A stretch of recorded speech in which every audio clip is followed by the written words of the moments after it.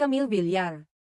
Ibinahagi ng kapuso actress at komedyante na si Rufa May Quinto ang isang masayang salo-salo na kanyang dinaluhan kasama ang ilan sa malalapit niyang kaibigan mula sa mundo ng politika at showbiz.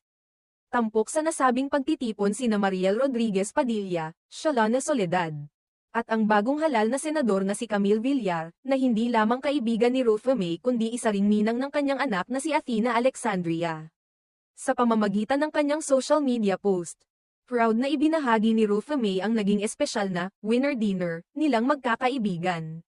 Hindi lamang ito basta isang ordinaryong hapunan, kundi isang selebrasyon ng mga tagumpay at milestone sa buhay nila, lalo na't katatapos lang ng halalan kung saan nanalo si Camille Villar bilang isa sa mga bagong miyembro ng Senado ng Pilipinas.